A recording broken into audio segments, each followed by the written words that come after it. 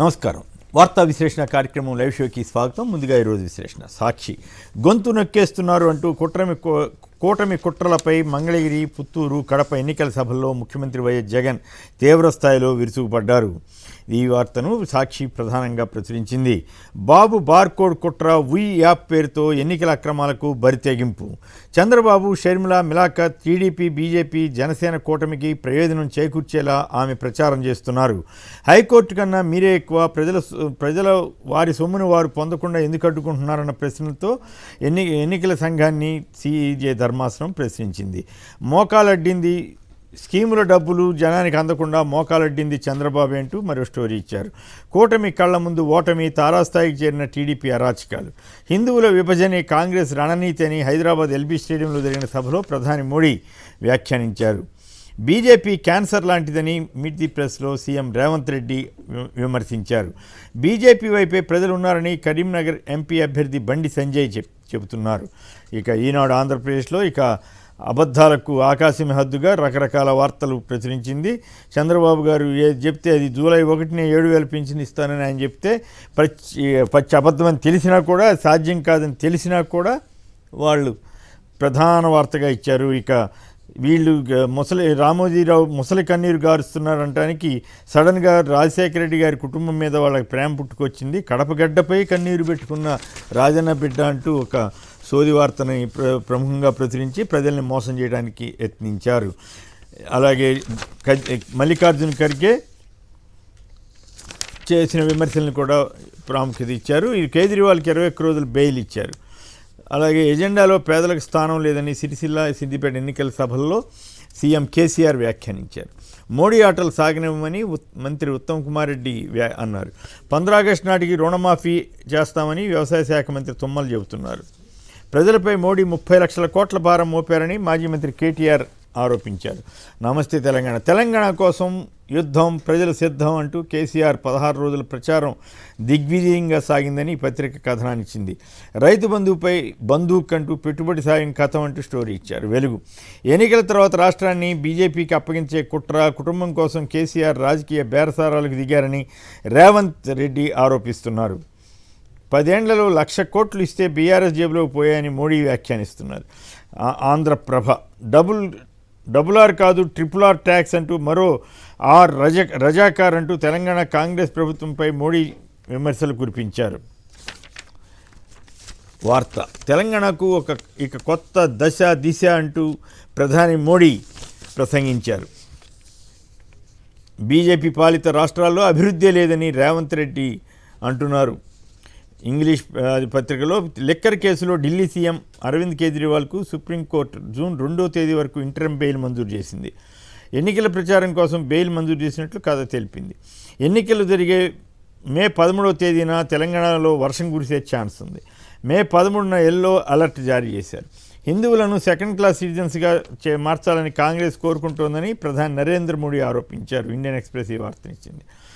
అలాగే ప్రధానమంత్రి నరేంద్ర మోడీ గుజరాతీలకు హెల్ప్ చేస్తున్నట్లు సీఎం రేవంత్ రెడ్డి ఆరోపిస్తున్నారు. దేశ ప్రధానిగా నరేంద్ర మోడీ టైం అయిపోయిందని రాహుల్ గాంధీ అన్న వార్తను దక్కన్ క్రానికల్ ఇచ్చింది. పీఓకేలోని ప్రతి అంగుళం భారత్కే చెందుతుందని కేంద్ర హోంమంత్రి అమిత్ షా అంటున్నారు. డబోల్కర్ హత్య కేసులో 2 ముద్దాయిలుగా కోర్టు తేల్చింది. హిందూ ఈ కథనాన్ని ఇచ్చింది. తెలంగాణలో ఎన్నికల ప్రచారం నేటితో ముగుస్తుంది. ఏపీలో సైతం ఛత్తీస్గఢ్లో జరిగిన ఎన్కౌంటర్లో 12 మంది మరణించారు మావోయిస్టులు. ఇవి ప్రధానంగా పత్రికలకు ఇచ్చిన వార్తా విశేషాలు, వాటికి సంబంధించిన విశ్లేషణ. ఇక బహుశా ఈరోజే చివరి రోజు కావాలనుకుంటున్నాను. ఈనాడు, ఆంధ్రజ్యోతి రాస్తున్న పచ్చి అబద్ధాలు, మోసపూరిత కథనాలకి అయినా మరి రేపు కూడా రాసే అవకాశం ఉందో లేదో రేపు పత్రికలు చూస్తే కానీ తెలియదు. వాళ్ళ అబద్ధాలన్నింటినీ రోజు చెప్పలేక మా దుంపదిగుతుంది. ఖచ్చితంగా నిజానికి ఇంత నీచమైన అబద్ధాలు ఈనాడు పత్రిక ఇంత బరితెగించి రాస్తుందని నా జీవితంలో ఎన్నడూ ఊహించలేదు. ఖచ్చితంగా నేను మళ్ళీ సవాల్ చేస్తున్నాను. నేను చెప్పే వాటిలో ఒక్క అబద్ధం ఉందని చెప్పినా నేను వృత్తి నుంచే వెళ్ళిపోతాను. కానీ ఈనాడు, ఆంధ్రజ్యోతి తదితర ఎల్లో మీడియా రాస్తున్నటువంటి అనేక వార్తలు అబద్ధాలు కాదని వారు రుజువు చేసుకుంటే ఓకే, రుజువు చేసుకోలేకపోతే కనీసం క్షమాపణైనా చెప్తారా అని నా ప్రశ్న. కానీ ఈ ప్రశ్నకు సమాధానం దొరకదు. కానీ నా ఆత్మ సంతృప్తి కోసం నేను వాస్తవాలే చెబుతున్నాను. వాళ్ళ అబద్ధాల కోటల్ని బద్దలు కొట్టడమే నా లక్ష్యం అనే ఉద్దేశంతో ఈ విషయాలు చెప్పాల్సి వస్తోంది. రోతరాతల మోసగాళ్లుగా మారిన రామోజీ రాధాకృష్ణన్లు పచ్చి అబద్ధాలు ప్రచారం చేస్తున్నారు. ప్రతిరోజు ఏపీ ముఖ్యమంత్రి వైఎస్ జగన్మోహన్ రెడ్డిపై విషం కక్కుతున్నారు. దిక్కుమాలిన దరిద్రపు కొట్టు అబద్ధాల సంపాదకీయాలు రాసి ఏపీ ప్రజలను వంచిస్తున్నారు. వార్తల్లోనూ సంపాదకీయాల్లోనూ రెచ్చిపోయి రామోజీ 89 ఏళ్ల వయసులో కూడా ఇంత దారుణంగా ప్రయత్నించడం, ఇంత దారుణంగా వ్యవహరించడం శోచనీయం.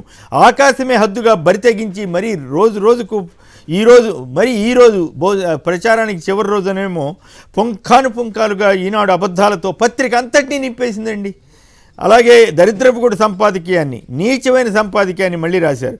చంద్రబాబు టైంలో మద్యం నిజంగానే మందు పాత్ర. ఇప్పుడు నియంత్రణలోనే ఉన్న రామోజీకి మాత్రం ఈ పిచ్చి సంపాదకీయం రాసి ఇప్పుడేదో జరిగిపోతుందన్నట్లుగా ప్రజల్ని వంచాలని చూస్తున్నారు. ఇప్పుడు నియంత్రణలో ఉన్న విషయాన్ని మాత్రం ఆయన విస్మరించి ఇట్లా రాస్తున్నారు.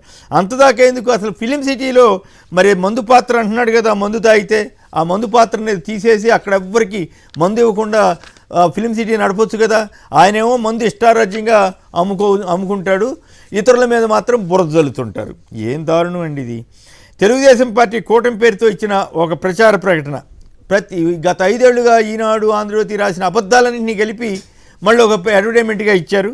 ఆ అడ్వర్టైజ్మెంట్ని వీళ్ళు బ్రహ్మాండంగా వేసుకున్నారు. దీంట్లో ల్యాండ్ టైటిలింగ్ యాక్ట్ అబద్ధం కూడా ఉంది.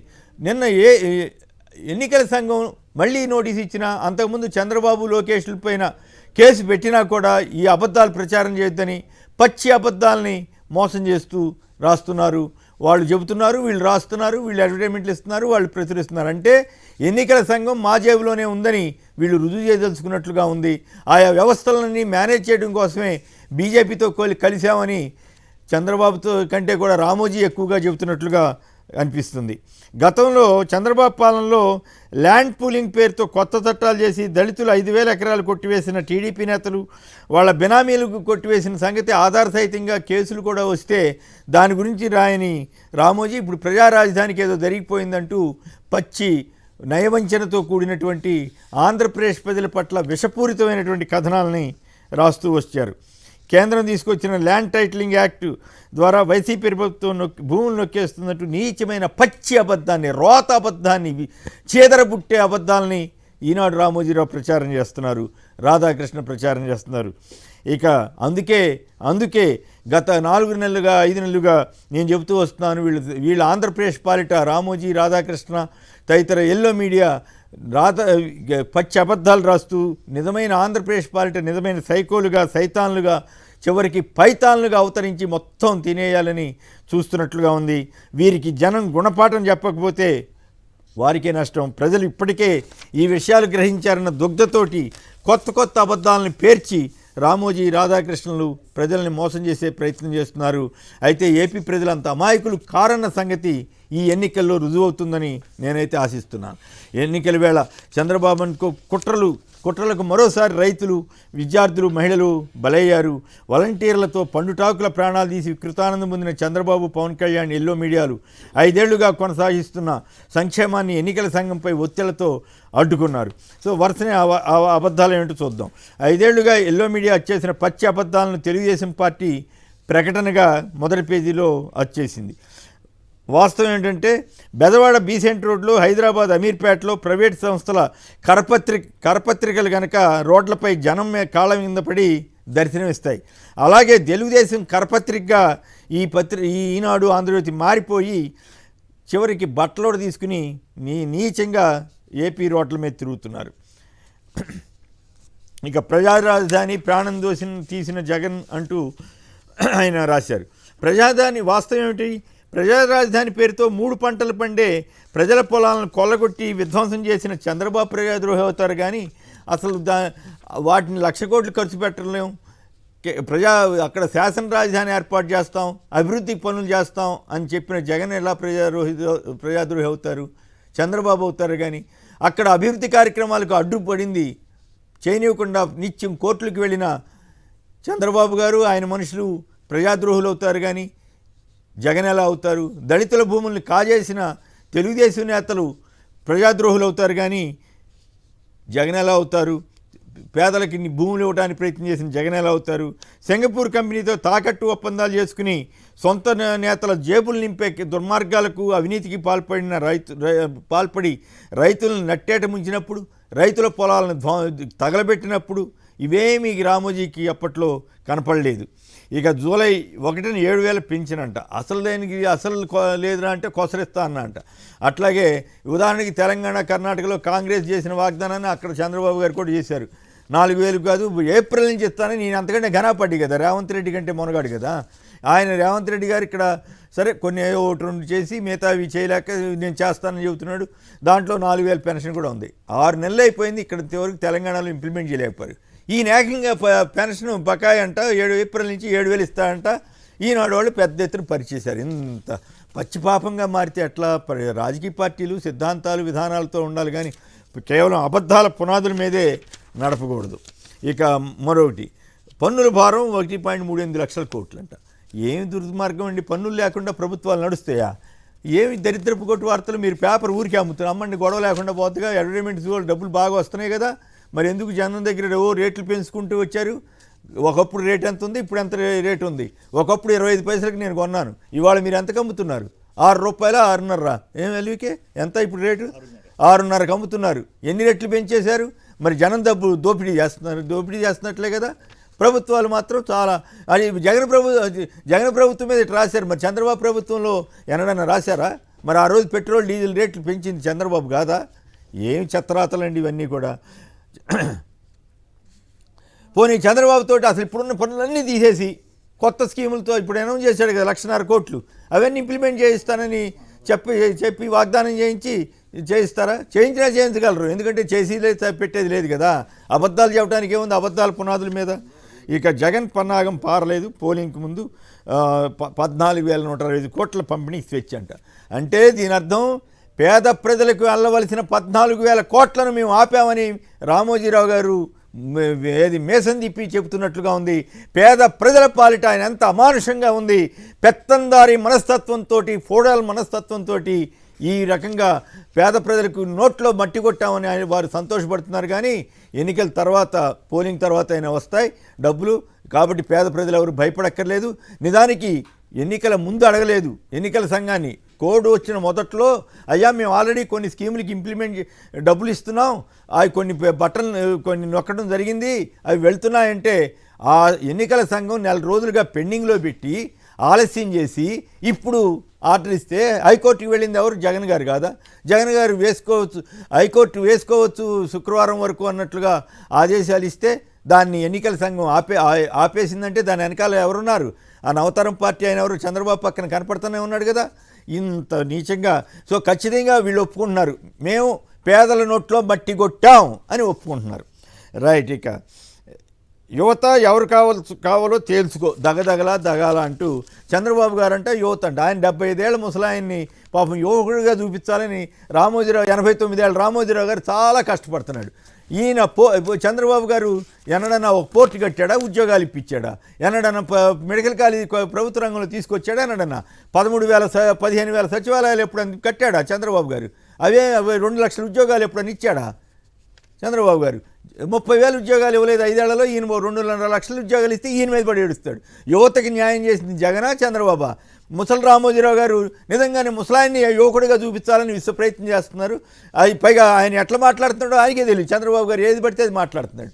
ఆయనకి అర్థం పర్థం లేకుండా జగన్ని చంపేద్దాం, లేదంటే ఇంకేయో పిచ్చి పిచ్చి మాటలు, ఎండలను తగ్గిస్తాం, వానలకు లేకుండా చేస్తాం, ఇట్లాంటి ఆయనకేమో ఈయన జాకీలేసి బాకాలు ఊది జనాన్ని మోసం చేయటం, ఈ రకంగా సాగుతోంది. ఇక కేసు కాస్త ముందుకు కదిలితే పోలవరం అంటూ ఢిల్లీకి పరుగెందుకు అంటూ వాళ్ళు ఉన్నారు కదా, ఇంకా సునీత షర్మిల, వాళ్ళు ఒక పిచ్చి కేసులుగా మారి వాళ్ళు ఏమేమి మాట్లాడుతున్నారో వాళ్ళకి తెలీదు. కేవలం ఈనాడు, ఆంధ్రజ్యోతి, తెలుగుదేశం కోసం మాట్లాడుతున్నట్టుంది. వాళ్ళకి రేపు ఎలక్షన్ అయిన తర్వాత, రిజల్ట్స్ వచ్చిన తర్వాత వీళ్ళని పట్టించుకునే వాళ్ళు వీళ్ళెవ్వరూ పట్టించుకోరు. మళ్ళీ జగన్ గారే వాళ్ళందరినీ చూసుకోవాల్సిన బాధ్యత వస్తుందేమో, ఇది నా వ్యక్తిగత అభిప్రాయం. కానీ బట్ పచ్చి అబద్ధాలని వాళ్ళు ఏం చెప్తే ఆ అబద్ధాలని వీళ్ళతో చెప్పించి మరి ఇప్పుడు కొండా రాఘవరెడ్డి గారు మన దగ్గర ఉన్నారు, వాళ్ళు ఏమో అబద్ధాలు చెబుతున్నారో అవన్నీ ఆయనే చెప్తారు. ఇక 3 కోట్ల ఎకరాలకు బీమా ఎగ్గొట్టారంట. ఎక్కడన్నా ఉంటుందండి ఉచిత పంటల బీమాకు రైతుల పేరిట తీరని ద్రోహం. ఏమి నీచివ్వండి, ఏమి చిల్లర జల్లనివ్వండి. అసలు ఉచిత బీమా పథకాన్ని సక్సెస్ఫుల్గా అమలు చేస్తూ ఆయన ఎప్పటికప్పుడు రైతుల ఖాతాల్లోకి వేస్తుంటే అసలు రైతులు 3 కోట్ల మంది ఉన్నారా? ఏమి దిక్కుమాల రాత్రండి దరిద్రపు కొట్టు వార్తలు. ఇక నాకైతే చేదరేస్తుంది. ఇవాళతో ఈ చేదర వదిలిపోతుందని ఆశిస్తున్నాను. రేపు కూడా ఈ చేదర కంటిన్యూ అయితే మరి నేను కూడా దాన్ని అంతటినీ జనానికి ఎక్స్ప్లెయిన్ చేయక తప్పదు. ఇక ఆంధ్రజ్యోతి తోకపత్రిక కదా, ఇక మనం ఏం చెప్తాం. ఆంధ్రజ్యోతి వాళ్ళు ఇన్ని పేజీలు వేయలేకపోతున్నారు, లేకపోతే వీళ్ళు పోటీ పడేవాళ్ళు ఏమో కానీ అబద్ధాలు చెప్పడంలో ఈనాడు వాళ్ళు పేజీలు పెంచి మరి అసలు ఇక అంటే ప్రజలు ఎవరు నమ్మట్లేదు, మమ్మల్ని పట్టించుకోవట్లేదు, చాలా మా విశ్వసనీయత పోయింది, చంద్రబాబును అసలు పట్టించుకోవట్లేదు అని అయినా కూడా ఇంకా అబద్ధాలు రాసి జనాన్ని మోసం చేయాలి. అబద్ధాలు రాసి ల్యాండ్ టైటిలింగ్ యాక్ట్ మీద పచ్చి అబద్ధాలు. నిన్న సజ్జల రామకృష్ణారెడ్డి గారు అడిగారు కదా, ఏది బాలకృష్ణ తీసుకొచ్చిన ల్యాండ్ టైటిల్, అలాగే పవన్ కళ్యాణ్కి ఉన్న ల్యాండ్ టైటిల్ చించేసి పాడేయమనండి. అవన్నీ కూడా ఈ స్టాంప్ పద్ధతిలోనే వచ్చినాయి కదా. లక్షల మంది చేయించుకుంటుంటే ఇప్పుడు కొత్తగా అబద్ధాలు పెట్టి కాపీలని, జిరాక్స్ కాపీలని పచ్చి మోసపూరితంగా ఎందుకు ఇలా చేస్తున్నారు అంటే కేవలం దిక్కుమాలిన రాజకీయం కోసం, అధికారం కోసం ఎంతకైనా దిగజారుతామని చంద్రబాబు, పవన్ కళ్యాణ్ వంటి వారు అనుకున్నారంటే వాళ్ళ అధికారం కోసం. వాళ్ళకంటే ఎక్కువ రామోజీ రాధాకృష్ణన్ ఎందుకు బాధపడుతున్నారంటే వాళ్ళు ఆ అధికారాన్ని వాళ్ళు ఎంజాయ్ చేయటం కోసం. సో ఈ ప్రజలు ఈ అబద్ధాలని గమనించాలన్నదే నా విజ్ఞప్తి తప్ప వాళ్ళతో నాకు తగాదా లేదు, నాకు వ్యక్తిగతమైనటువంటి రాగద్వేషాలు అంతకంటే లేవు, అసలు ఉండాల్సిన అవసరం కూడా లేదు. కానీ అబద్ధాన్ని అబద్ధంగా చెప్పాల్సిన బాధ్యత ఉంది కాబట్టి ఇవన్నీ చెప్పాం. ఇక అతిథుల పరిచయం శ్రీ ఎల్వికే రెడ్డి గారు, ప్రముఖ విశ్లేషకులు, అలాగే విద్యావేత్త శ్రీ కొండా రాఘవరెడ్డి గారు, వైఎస్ఆర్టీపీ కోర్స్ ఇప్పుడు తెలంగాణలో రద్దయిపోయిన పార్టీ అనుకోండి, ఆయన నాయకుడు, ఎప్పటి నుంచో కూడా రాజకీయాల్లో ఉన్న సీనియర్. శ్రీ శివశంకర్ గారు వైఎస్ఆర్ కాంగ్రెస్ పార్టీ అధికార ప్రతినిధి. ఇప్పుడు కొన్ని వీడియోలు చూసిన తర్వాత ఒక చిన్న బ్రేక్ తీసుకుని చర్చా కార్యక్రమంలోకి వెళదాం. Visakhapatnam joint sub register office కి వచ్చాము. ఇక్కడ రిజిస్ట్రేషన్ కోసం అని చెప్పేసి మేము రావడం జరిగింది. కాకపోతే ఇక్కడ అంటే జిరాక్స్ ఇస్తున్నారని చెప్పారు కానీ అదంతా ఆ ఒరిజినల్స్ మాత్రమే మాకు ఇస్తున్నారు. అలాంటి ప్రాబ్లం అయితే ఇక్కడ ఏమి జరగదు. రిజిస్ట్రేషన్ చేసుకున్న రోజే నాకు రిజిస్ట్రేషన్ చేసి ఒరిజినల్ పత్రాలతో కూడా నాకు ఇచ్చారు. చాలా ఆనందంగా ఉంది. కానీ ఏదో బయట జిరాక్స్ ఇస్తున్నారు అలాగే అంటున్నారు, కానీ నా మాత్రం ఒరిజినల్ తీసుకొని చాలా ఆనందంగా ఉంది. ఇక్కడ రిజిస్ట్రేషన్ ఆఫీస్ లో స్వచ్ఛందమైన సేవలు త్వరగా అందిస్తున్నారు. ఒరిజినల్ డాక్యుమెంట్సే మాకందరూ కూడా ప్రజలకి వచ్చిన వాళ్ళకి ఎటువంటి ఇబ్బంది లేకుండా కూర్చొని పెట్టి మరి ఒరిజినల్ డాక్యుమెంట్స్ ఇస్తున్నారు. నేను నిరుద్యోగ భృతి 3000 ఇస్తానని యువతకు హామీ ఇస్తున్నా. నేను ఆ రోజు చాలా కొన్ని హామీలు కూడా ఇచ్చాను. అన్ని హామీలు కూడా నెరవేరాలంటే చాలా కష్టం. నీకు ఉద్యోగం వచ్చే వరకు నెలకు 3000 రూపాయలు నిరుద్యోగ భృతి ఇస్తా. అన్ని హామీలు కూడా నెరవేరాలంటే చాలా కష్టం. ఎవడు నమ్మడం లేదు, మాకు కూడా నమ్మకం లేదు, మా కార్యకర్తలు కూడా నమ్మకం లేదు. ఏ మాత్రం లేని పార్టీ ఇప్పుడు ఇన్ని సంవత్సరాలకు నాన్న చనిపోయింది 2009. ఆ తర్వాత ఆ కుటుంబాన్ని వాళ్ళు ఏ రకంగా ఇబ్బందులు పెట్టారు అని మీ అందరికీ కూడా తెలుసు.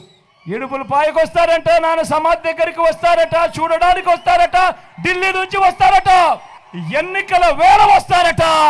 ఆ పార్టీకి ఆంధ్రప్రదేశ్ ప్రజలు, వైఎస్ఆర్ గారి అభిమానులు ఏనాడో సమాధి కట్టారు ఆ పార్టీకి. కాంగ్రెస్కు ఓటు వేస్తే ప్రతి ఓటు కూడా మనంతట మనమే వైఎస్ఆర్ గారి పేరు కనపడకుండా చేసే కుట్రకు మనంతట మనమే భాగస్థులం కామానే ఒక్కసారి ఆలోచన చేయమని మిమ్మల్ని అందరినీ కూడా కోరుతా ఉన్నా. కాంగ్రెస్ పార్టీకి ఓటు వేస్తే మన కళ్ళను మనమే పొడుచుకున్నట్టు కాదా అని అడుగుతా ఉన్నా. చంద్రబాబు రాజకీయాలు ఎలా ఉన్నాయని ఒక్కసారి గమనించమని అడుగుతా ఉన్నా. ఇదే చంద్రబాబు మనిషి రేవంత్ రెడ్డి, ఇదే రేవంత్ రెడ్డి కాంగ్రెస్ పార్టీకి సంబంధించిన ముఖ్యమంత్రి తెలంగాణ. ఒకవైపున పట్టపగలు బీజేపీతో కాపురం చేస్తాడు, రాత్రిపూట కాంగ్రెస్తో కాపురం చేస్తాడు ఈ పెద్ద మనిషి చంద్రబాబు. ఈరోజు ముఖ్యమంత్రి వైఎస్ జగన్ గారిపై ఎన్ని రకాల కుట్రలు, ఎన్ని రకాల అబద్ధాలు, అంతులేని అబద్ధాలు, ఈ రకంగా మీడియా మాఫియా, ల్యాండ్ మాఫియా, ఇంకా రకరకాల మాఫియాలు అన్నీ కూడా కలిపి జగన్ గారి మీద యుద్ధానికి వస్తున్నాయి. ఆయన ఒక్కడే వీళ్ళందరినీ ఎదుర్కొంటున్నాడు. చివరికి షర్మిల గారి రూపంలోనూ, సునీత గారి రూపంలోనూ, చంద్రబాబు గారు, వీళ్ళందరూ ఒకేసారి బహుశా 10 మంది అవుతారేమో. మొదట్లో నా దుష్టచతుష్టం అన్నారు, కానీ వీళ్ళందరినీ కలిగితే 10 మంది రకరకాల అబద్ధాలు ప్రచారం చేస్తున్నారు. సో వీటన్నిటినీ ఎలా జగన్ గారు ఎదుర్కోగలుగుతున్నారు, ఏమిటి జనంలో ఎలాంటి ఆదరణ పొందగలుగుతున్నారు, దీనిపైన అలాగే మీడియా మాఫియాని ప్రత్యేకించి ఎలా ఎదుర్కొన్నారు ఇంతకాలం అనే దాని మీద ఈ అబద్ధాల పంచాంగం మీద, ఈ అబద్ధాల పంచాయతీ మీద మీ విశ్లేషణ చెప్పండి సార్. మీకు తెలియంది కాదు, 14 ఎలక్షన్లు అప్పుడు అనుకుంటా, రాష్ట్ర విభజన జరిగిన తర్వాత మొదటి ఎన్నికలు. సరే, రాష్ట్ర విభజన సందర్భంలో ఏం జరిగింది దాని జోలికి మనం పోవద్దు, కానీ అది పక్కన పెడితే ఆయన మాత్రమే రుణమాఫీ చేయగలడు అని ఈనాడు పత్రికలో బ్యానర్ వచ్చింది. ఆ తర్వాత రుణమాఫీ జరగల. జనరల్గా పత్రికకు ఒక సామాజిక బాధ్యత ఉంటుంది. ఒక నాయకుడు ఒక మాట చెప్తే ఈ మాట చెప్పారు, ఇది అమలుకు సాధ్యమవుతుంది లేదనేది ఎడిటోరియల్ రాయాలి. నిజంగా జనానికి చెప్పదలుచుకుంటే వార్త సరే వాళ్ళు చెప్తే రాయొచ్చు, కానీ సొంతంగా ఎడిటోరియల్ స్థాయిలో ఒక పెద్ద బ్యానర్ ఐటమ్ రాసి ఆయన మాత్రమే రుణమాఫీ చేయగలడు అన్నారు. తర్వాత రుణమాఫీ ఎలా జరిగిందో మీకు తెలుసు, నాకు తెలుసు. సరే, ఆ లెక్కలు అవి ఇట్లా అలా కండిషన్లు ఇవన్నీ పక్కన పెడితే, నిన్నో మొన్న అనుకుంటా 2 రోజుల కిందట, ఇంతకుముందు ఏం చేసేవాళ్ళు అంటే తెలంగాణలో ఒక రకంగా,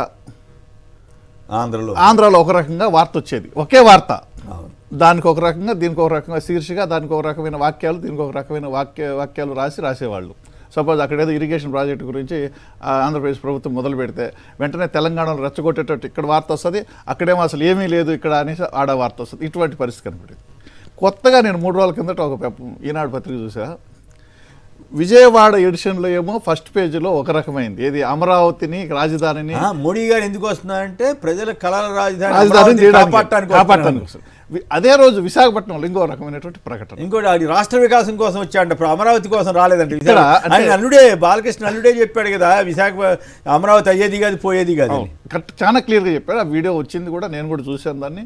అంటే దానికి ఎంత పెట్టుబడి కావాలి, ఎన్ని సంవత్సరాలు పడుతుంది, అది అసాధ్యము, విశాఖపట్నం బెటర్ అని చాలా కొండ బదలు కొట్టని చెప్పాడు. అంటే ఆయన ఒక ఇండస్ట్రియలిస్ట్ బిజినెస్ మ్యాన్ కాబట్టి దానికి సంబంధించినటువంటి మాట.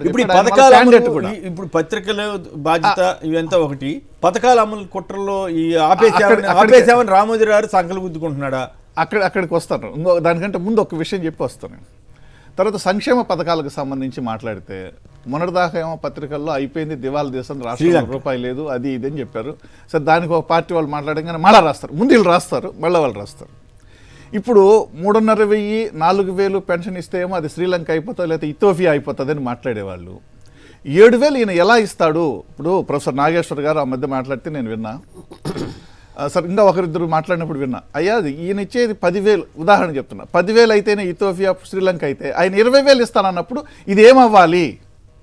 మరి ఆ విషయం ఎందుకు ఎవరు మాట్లాడరు అంటే దానికి సమాధానం లేకుండా ఈయన ఇస్తున్నాడు అని రాయటం అనేది ఎంత దుర్మార్గం అంటే అంత దుర్మార్గం. రెండోది, 99 లేకపోతే సైకిళ్ళు అన్నారు, సరే వాటి పక్కన పెడితే, మొన్న 2014-19 మధ్యలో నిరుద్యోగ భృతి ఎప్పుడు ప్రారంభమైంది, ఎప్పుడు ముగిపోయింది? ఈ రకమైనటువంటి ఒక సామాజిక బాధ్యత లేకుండా, ప్రజాపక్షం అనేది లేకుండా, ప్రజల కోసం అనేది లేకుండా, సొంత అజెండాతో వార్తలు రాస్తున్నటువంటి పరిస్థితి మనకి రోజు కనిపిస్తూనే ఉంది. ఇట్లే ఇప్పుడు ఈరోజు పేపర్లు ఇంకోటి కూడా చూసా, ఆడ ఏదో హత్య జరిగింది, ఈడ ఇంకోటి జరిగింది. పుష్కరాలు అప్పుడు ఎంతమంది చనిపోయారండి? ఆ తర్వాత ఏర్పేడు పోలీస్ స్టేషన్లో కంప్లైంట్ చేయడానికి పోయి రోడ్డు మీద ఉంటే, ఇసుక మాఫియా మీద కంప్లైంట్ చేయడానికి రోడ్డు మీద ఉంటే లారీ ఎక్కించి ఎంతమంది చంపారు? వాటి ఇన్వెస్టిగేషన్ ఏమైంది? ఎంతసేపు పక్కోడి మీద మాట్లాడడం అంటే ఆ పార్టీ ఆ వ్యక్తులు వదిలిపెట్టడం. మీడియా పరిస్థితి గురించి మీరు మాట్లాడమన్నారు కాబట్టి నేను మీడియా గురించి మాట్లాడుతున్నాను. పుష్కరాల హత్య ఏంది? అంతమంది కృష్ణా పుష్కరాలు ఇప్పుడు ఏదో 3 చనిపోతే 4 మంది రాసి, ఇక్కడేమో లేదు. ఆ ఫ్లైఓవర్ కూలిపోతే 2 మంది 20 మంది అని బ్యానర్ రాస్తే ఆంధ్రజ్యోతిలో 20 మంది అని, పైగా ఆ స్పాట్కి 2 నిమిషాలు నడక. సో ఇదే తతంగం, ఇదే వ్యవహారాన్ని కొనసాగిస్తూ ప్రతిరోజు, ఇవాళైతే పేపర్ చూస్తే మీరు ఇంతగా మాట్లాడుతున్నారు కానీ అవి సరిపోవేమో అనిపిస్తుంది నాకు. అమ్మంటే కనుమ ఫ్రెండ్ చెప్పేది సరిపోవేమో అని. అంటే ప్రతి వార్తకి ఒక క్యారికేచర్, ప్రతి వార్తలను ఒక క్యారికేచర్, ఒక కార్టూన్ పెట్టి జగన్ గారిని వికృతంగా చూపించడం, మామూలుగా చాలా బహురూపి అందగాడిలాగా చూపించడం. ఇది ఈ దుర్మార్గమైనటువంటి రాతలు, మాటలు, వ్యాఖ్యలు ఇవి చాలా సమాజానికి చేటు. అంటే ఏపీ ప్రజలు వీటిని నమ్ముతున్నారా? అంటే ఒకటి సార్, వాళ్ళు నమ్మితే పరిస్థితి వేరేగా ఉండేది కదా. నమ్మితే ఈ రకంగా రాయరు. మీరు ఇందాక అన్నట్టు పేజీలు పెంచి రాయక్కర్ల, మామూలుగా రాస్తే సరిపోతుంది. ఇప్పుడు ఇంకా ఎక్కించడానికి ఇంజక్షన్ పెట్టి ఎక్కించడానికి స్లో పాయిజన్ ఎక్కించినట్టుగా అని చెప్పి రాసింది కొత్తవి లేవు. ఇవాళ ఎప్పుడెప్పుడో జరిగినవన్నీ ఒక ఫుల్ పేజీ రాస్తే అది వార్తన అడ్వర్టైజ్మెంటా? ఇప్పుడు మనకి 2009 ఎన్నికల కంటే కొంచెం ముందు ఆ ప్రెస్ అకాడమీ వాళ్ళు మీటింగ్లు పెట్టినా ఏం చేసినా ఏం లేకుండా అడ్వర్టోరియల్స్ అని ఒక అడ్వర్టైజ్మెంట్నే వార్తలాగా రాసేటటువంటి ఒక సంస్కృతిని మనం ఇక్కడ ప్రవేశపెట్టి నేరుగా రాజ్యాంగానికి తూట్లు పొడిచేటట్టు ఎన్నికల కమిషన్ అనేది ఒక రాజ్యాంగ సంస్థ. దానికి వాళ్ళు ఒక క్యాండిడేట్ ఇంత అని పరిధి ఉంటుంది ఖర్చు పెట్టడానికి, దానికి 10 రెట్లు ఎక్కువ వీళ్ళు తీసుకుంటూ 1% బిల్లు ఇస్తూ దాన్ని కూడా తూట్లు పొడిచేటటువంటి పరిస్థితి చేసి దానికి కొనసాగింపు ఇవాళ చూసిన అడ్వర్టైజ్మెంట్లు అయితే అసలు నేను కూడా వెంటనే వార్త అనుకున్నాను. నేను ఇంత దారుణంగా పాత ఎన్ని అని అప్పుడు చూస్తే కింద ఏదో చిన్నది ఆడ ప్రకటన కూడా ఆడ కనపట్ల, కింద వాళ్ళ అడ్వర్టైజ్మెంట్ మాత్రం ఉండాలి. ఈ రకమైనటువంటి పరిస్థితి మీడియాలో కొనసాగుతూనే ఉండాలి. ఇది ఇట్లాగే అవుతా ఉంది తప్ప ఇంకో రకంగా జరగట్లే. దీన్ని గమనిస్తున్నారు ప్రజలందరూ. రెండో పాయింట్ ఒకటి చెప్పండి, మిగతా వాళ్ళిద్దరు కూడా మాట్లాడతారు. ఇప్పుడు 14,500 కోట్ల రూపాయల పేదలకు వెళ్లకుండా మేము ఆపామని సంగలు గుద్దుకుంటున్నాడు రామోజీ. దానికంటే అట్లాగే కూడా చెప్పాలి. నేను మద్యం గురించి మాట్లాడుతున్నారండి. బన్వర్లాల్ గారు 2003లో నాకు గుర్తున్నంత 2003లో ఆయన కమిషనర్ ఎక్సైజ్ మన రాష్ట్ర ఇక్కడ ఉమ్మడి రాష్ట్రం. ఆ టైంలో దేశం మొత్తం మీద ఆంధ్రప్రదేశ్ కంబైన్డ్ స్టేట్ గురించి టాప్ లిక్కర్ కన్జంప్షన్లో టాప్ దేశం మొత్తం మీద హైదరాబాద్ జిల్లా టాప్ మన రాష్ట్రంలో. అంటే మద్యం అమ్మకాలు ఎప్పుడు ఉన్నాయి? పర్మిట్ రూముల సంస్కృతి ఏంది అంటే బార్లో ఉండాల్సింది పోయి పక్కనే 1 లక్ష తీసుకొని పక్కనే ఆడనే తాగొచ్చు అనేటటువంటి విధానం ఎప్పుడు వచ్చింది? 2003లో. బెల్ట్ షాపులు అనేది వాడు కనీసం మద్యం వ్యాపారం చేస్తున్నాడు, కంట్రోల్ చేయలేదు, అది పక్కన పెట్టండి. ప్రభుత్వమే నేరుగా మద్యం షాపు బ్రాందీ షాప్ పెట్టుకున్న అతని దగ్గర 1 లక్ష రూపాయలు తీసుకొని అద్దె రూపంలో ఫీజు రూపంలో వాళ్ళకి పక్కన ఒక గదిలో పెట్టుకొని అక్కడే బార్ లాగా తాగడానికి అవకాశం ఇచ్చింది 2002-2003లో. ఆ రోజు రాష్ట్రంలో టాప్లో ఉంది కన్జంప్షన్లో. మైసూరారెడ్డి గారు ఒక మాట చెప్పారు అసెంబ్లీలో, నేను అనుకుంటా అసెంబ్లీలో చెప్పారు, అయ్యా పుష్కరాలకు రండి మునగండి జబ్బులు తెచ్చుకోండి అంటున్నారు కానీ ఎక్కడ మద్యం తాగద్దని ఒక మాట రాస్తున్నారా మీరు ఎక్కడన్నా ప్రకటనలలో అని ప్రభుత్వాన్ని ఆ రోజు నిలదీశారు. సో ఇవన్నీ జరిగినటువంటి అంశాలు. ఇప్పుడు మీరు చెప్పిన దానికి వస్తాం సార్. ఎన్నికల సంఘం ఒక రాజ్యాంగబద్ధమైనటువంటి సంస్థ, నిజాయితీగా నిక్కచ్చిగా అందరికీ సమన్యాయం అవకాశం ఇస్తూ సమావకాశాలు ఇస్తూ చేయాల్సిన పరిస్థితి. అక్కడ కొనసాగుతున్నా లేదా పాత స్కీములు ఎక్కడ ఆపినటువంటి పరిస్థితి నాకు దాదాపు 30 ఏళ్ల నుంచి 35 ఏళ్ల నుంచి కొంత అవగాహన ఉంది. ఏ రోజు నేను చూడలేదు. పసుపు కుంకుమ అదైతే కొత్తది, అది అసలు కొత్తది, దాన్ని ఆపలేదు, దాన్ని కూడా ఆపలేదు. పసుపు కొత్త స్కీము ఎన్నికల ముందు వచ్చింది, అప్పటికప్పుడు పెట్టారు, ఆపలే. కానీ పాత స్కీమ్స్ని కొనసాగింపు అనేది ఎప్పుడు ఆపింది దాఖలాలు లేవు. కానీ కొత్తగా ఇప్పుడు సడన్గా ఆపారు. మళ్ళీ తెలంగాణలో ఇస్తున్నారు, ఇక్కడ ఎందుకు లేదంటే ఇక్కడ కూడా ఏదో 3వ తేదీ దాకా వేసారు వాళ్ళు, ఏదో వాళ్ళు బాధలు పడ్డారు. ఇప్పుడు ఏపీకి వచ్చేటప్పటికి కోర్టు చెప్పిన తర్వాత కూడా వీళ్ళు వివరణలు అడగటము, ఇంకోటి చేయటము ఈ రకమైంది. ఇంకొక చిన్న మాట చెప్పి నేను ముగిస్తాను. ల్యాండ్ టైటిలింగ్ విషయానికి వస్తే, ల్యాండ్ టైటిలింగ్ అనేది అద్భుతమైనటువంటి యాక్టు. ఎందుకంటే సార్ ఇప్పుడు నాకు 3 ఎకరాలు ఉంటుందండి నా పాస్బుక్లో, కింద భూమి 2 ఎకరాలే ఉంటుంది, పక్కోడు 1 ఎకరా ఆగేసి ఉంటాడు. అంటే మిర్రర్ సిస్టమ్ అనేది అటువంటిది ఉంది అని కొట్టుకుంటున్నారు. పైగా ఈ విధానం ఈ రిజిస్ట్రేషన్లు ఈ విధానం శ్రీకారం చుట్టిందే 2016లోనో ఎప్పుడో చుట్టారు. అజయ్ కల్లాం గారు రెవెన్యూ సెక్రటరీ ఉన్నప్పుడు ఎప్పుడు. అంటే భూమి ఎంత ఉందో కూడా మళ్ళీ ఇప్పుడు అది అబద్ధం అని చెబుతాడు. అది విశేషం. ఆయన గొప్ప సంగతి ఏంటంటే తను చేసింది కూడా తన అబద్ధం అని చెప్పగల సమర్థుడు ఆయన. దుర్మార్గంగా దానిపైగా అసెంబ్లీలో మంచి యాక్ట్ అని చెప్పారు. చంద్రబాబు యాక్ట్ అమలులోకి వస్తున్నటువంటి స్థితిలో అయిపోయి మీ భూమి లాక్కుంటారంటే రికార్డ్ అనేది పర్ఫెక్ట్గా ఉంటుంది.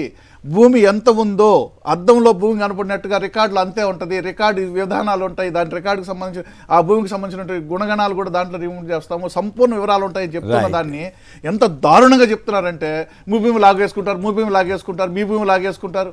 లాగింది ఎక్కడండి? అమరావతిలో లాగారు భూములు.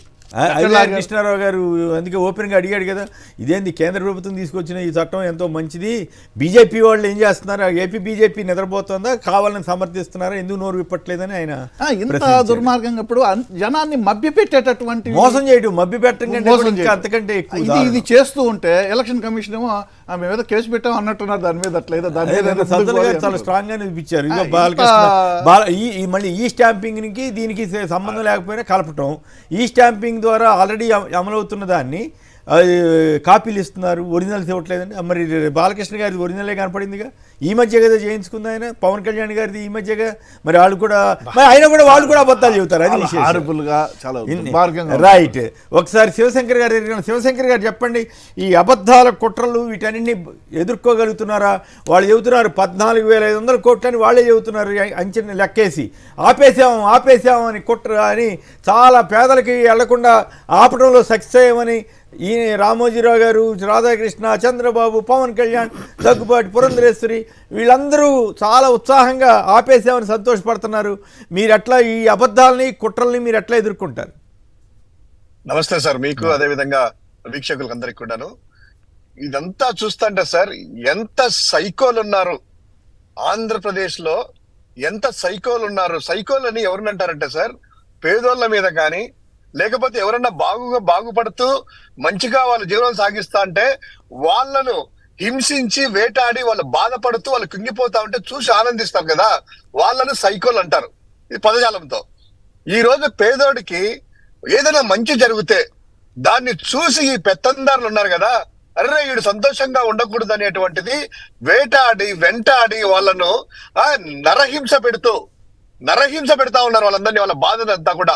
అది చూసి ఇలా ఆనందము, రాక్షసానందం చూస్తా ఉంటే ఆ ఈనాడు పత్రిక లేదా ఆంధ్రజ్యోతి పత్రిక, మీరు అన్నట్టు పురంధరేశ్వరి దగ్గర నుంచి చంద్రబాబు, దత్తపుత్రుడు, ఇందాక మీరు అన్నారు కరెక్ట్ గా, దుష్ట చతుష్టయం కాదయ్యా ఇది. ఇంతమంది పెరిగారు కదా ప్లేయర్స్ అందరూ, 10 మంది 12 మంది అనేసి, దానికి కరెక్ట్ గా నాకు పదజాలం తెలియదు సార్, మీరు చెప్పాలి. ద్వాదశ చతుష్టయమా ఏదో అంటారు. అంటే అంతమంది కలిసేసి ఏకపక్షంగా పేదల మీద దాడి ఎలా చేస్తున్నారంటే, జగన్ గారి మీద దాడి చేస్తే పేదోళ్ళ మీద దాడి చేయడం అనేటువంటిది. ఎందుకు ఈ పేదోడి మీద దాడి చేయాలనుకుంటున్నారంటే సార్, పేదోడు అనేవాడు వైఎస్ఆర్ కాంగ్రెస్ పార్టీ పెట్టినప్పటి నుంచి అంతమంది రాజశేఖర రెడ్డి గారికి అభిమానులుగా ఉన్నారు. ఈ రోజు జగన్మోహన్ రెడ్డి గారిని 2000 ఆ యొక్క ఉప ఎన్నికల్లో 10వ సంవత్సరంలో జరిగినటువంటి 12 నుంచి ఉప ఎన్నికలు అయితే 2014 ఎన్నికల్లో కూడాను అండగా ఉండడమే వాళ్ళు చేసినటువంటి పాపము. ఈయన వాళ్ళకు మంచి చేయడమే ఈయన మీద ఉన్నటువంటి వాళ్ళకి అక్కసు. సో ఈ రోజు కుట్రల గురించి మాట్లాడుకుందాం సార్. ఈ రోజు నిన్న పత్రిక చూశాను సార్. నిన్న పత్రికలో ఇంగ్లీష్ పత్రికల్లో Times of India, Hans India, Deccan రాడికల్ అన్ని చూశాను. అదే విధంగా ఆంధ్రజ్యోతి, ఈనాడు చూశాను. మీరు చూసినట్టు అన్ని కూడా నేను కూడా చూశాను. కానీ నాకు గమనించింది ఏంటంటే, టైమ్స్ ఆఫ్ ఇండియాలో పైన అడ్వర్టైజ్మెంట్ అని పెట్టారు, డెక్కన్ రాడికల్ లో జారీ చేసిన వారు తెలుగుదేశం పార్టీ అని పెట్టారు, హ్యాన్స్ ఇండియా అలానే పెట్టారు. ఈనాడు, ఆంధ్రజ్యోతి పత్రిక చూస్తే సార్ భూతంతం వేశాను. ఈ రోజు కూడా చూశాను, ఎక్కడ కూడా పైన కూడా అడ్వర్టైజ్మెంట్ అనేటువంటిది కానీ, తెలుగుదేశం పార్టీ జారీ చేసింది అనేటువంటిది కానీ పెట్టలేదు. అంటే ఎన్నికల కమిషన్ కూడా వీళ్ళు ఎంత మోసం చేస్తున్నారు. ఎన్నికల కమిషన్ దీనికి అంటే అడ్వర్టైజ్మెంట్ అంటే ప్రజలు కొంతమంది నమ్మకపోవచ్చు, ఏదో యాడ్ ఇచ్చినారులేని దీన్ని వార్తలాగా చూపించాలి, ఇది నిజమేనేమో అనేటువంటి ప్రజలకు భ్రమలు కలిగించాలనే ఉద్దేశంతో ఈ రోజు కూడా సార్ జస్ట్ మీరు నాతో డిస్కషన్ జరిగేటప్పుడు ఒకసారి చూడండి, ఎక్కడా కూడా అడ్వర్టైజ్మెంట్ అదే ఇంగ్లీష్ పత్రికలో ఉంది. అంటే వీళ్ళు ఎంత మోసం చేయాలనుకుంటున్నారు, ఎంత కసి కట్టారు, ఎంత కక్ష కట్టుకున్నారు. ఒకవేళ నిజంగా వాళ్ళు ఇచ్చిన యాడ్ అయితే యాడ్గా చూపించండి, అలా లేదు. ఇంకొకటి, ఈ విధంగా ఒకరు కాదు, ఇద్దరు కాదు. ఇంకొకటి సార్, మీరు మామూలుగా దుష్ట దశ కూటమి అని పెట్టుకోండి మీరు కావాలంటే పేరు, దుష్ట దశ కూటమి. దుష్ట చతుష్ట కూటమే, దుష్ట దశ కూటమి అంటే 10 అని. 12 సార్, 12 మంది ఇందాక కౌంట్ చేశాను. మా యొక్క ఉంది కదా ఆడపడుచులు కూడాను, ఆడపడుచులు షర్మిలమ్మ అంట, వాళ్ళ తల్లిని పట్టుకొని వచ్చి సునీతమ్మ అంట, వీళ్ళు 12 మంది అయ్యారు. పదాలంతా కూడా డిక్షనరీ చూడ. ఈ రోజు సార్ ఆ పదం ఈ రోజు చూస్తే ఈనాడు పత్రికలు కానీ, ఆంధ్రజ్యోతి పత్రికలు కానీ మొదటి పక్షులు చూస్తే సార్ ఆ యొక్క డిక్షనరీలో కూడాను అటువంటి పదజాలము వాడాలంటే కనుక డిక్షనరీ ఎత్తుకులాడుకోవాలి. అంటే ఎన్ని నేరాలు చేశారో, ఎన్ని ఘోరాలు చేశారో ఏంటో అని ప్రజల్లో భయపడిచ్చే విధంగా ఒక్కొక్క పదం. అసలు వాస్తవంగా జరిగింది 2014-19 గతం అనేటువంటిది ప్రజలు మర్చిపోయి ఉండొచ్చు. 14-19 తీసుకుంటే ఎవరి మీద ఎన్ని దాడులు జరిగాయి, ఎవరెవరెన్ని ఎన్ని మారణ ఘోరాలు చేశారు, ఎవరెన్ని తప్పులు చేశారు, ఎవరెన్ని మోసాలు చేశారనేటువంటిది ప్రజల మైండ్ లో ఇంకా ఉన్నాయి. ఒక హింస గురించి మాట్లాడదాం. పెద్దగా హింస చేశారు కదా సార్. చెరుకులపాటి నారాయణ రెడ్డి అనేటువంటి వ్యక్తిని తెలుగు వైఎస్ఆర్ కాంగ్రెస్ పార్టీ నియోజకవర్గ ఇన్ఛార్జిని సార్ పత్తికొండలో కిరాతకంగా కత్తులతో నరికి తలలు కూడా పక్కన ఆ ఫోటోలు కూడా మనం చూడలేము. అదే విధంగా ఇక్కడ చూసుకుంటే సార్, రాప్తాడులో ఎంపీపీని ఎంఆర్ఓ ఆఫీస్ లో, ఎంపీడీఓ ఆఫీస్ లో కిరాతకంగా తెలుగుదేశం పార్టీ నాయకులు, పరిటాల వలసలు, చంద్రబాబు అనుచరులు వచ్చి కిరాతకంగా నరికి ఎవరైనా కూడా ఎదిరిస్తే ఇది గతి అనేటువంటిది ఒక హుకుం జారీ చేశారు. జస్ట్ మచ్చుతనకలే. అదే విధంగా బీసీల గురించి తోకలు కత్తరిస్తాని, ఎస్సీలకు దళితులు ఎవరు రాయాలని, దళితులు ఎవరైనా పుట్టాలనుకుంటారని, అంటే సమాజాన్ని వాళ్ళు అవమానించినట్టు, హింసను వాళ్ళు ప్రేరేపించినట్టు, మోసాలు వాళ్ళు చేసినట్టు రాస్తే సార్, ఇదే ఈనాడు పత్రికలో యాడ్ చేశారు కదా, 15 పేజీలు సరిపోవు సార్ 2014 నుంచి 19 తీసుకుంటే. సరే, ఈ రోజు లేనివి కూడా ఉన్నట్టు రాస్తున్నారు. ఈ యొక్క భయం అనేటువంటిది ఏర్పాటు తెలుస్తా ఉంది. ఇంకొకటి, ఈ యొక్క మహానటి సినిమా చూసారు సార్ మీరు? మహానటి సినిమా చూసింటారు, ఎందుకంటే బాగా హిట్ అయింది. మహానటిలో ఒక డైరెక్టర్ చెప్తాడు, అమ్మ సావిత్రి ఎడమ కట్టు నుంచి 2 చుక్కలు జాల్చమ్మ అంటే ఆ సావిత్రి అమ్మ టక్ టక్ 2 చుక్కలు లాగుతుంది ఎడమ కట్టు నుంచే. అంతకు మించిన వీర మహానటులు సార్ ఆంధ్రప్రదేశ్ లో వచ్చారు.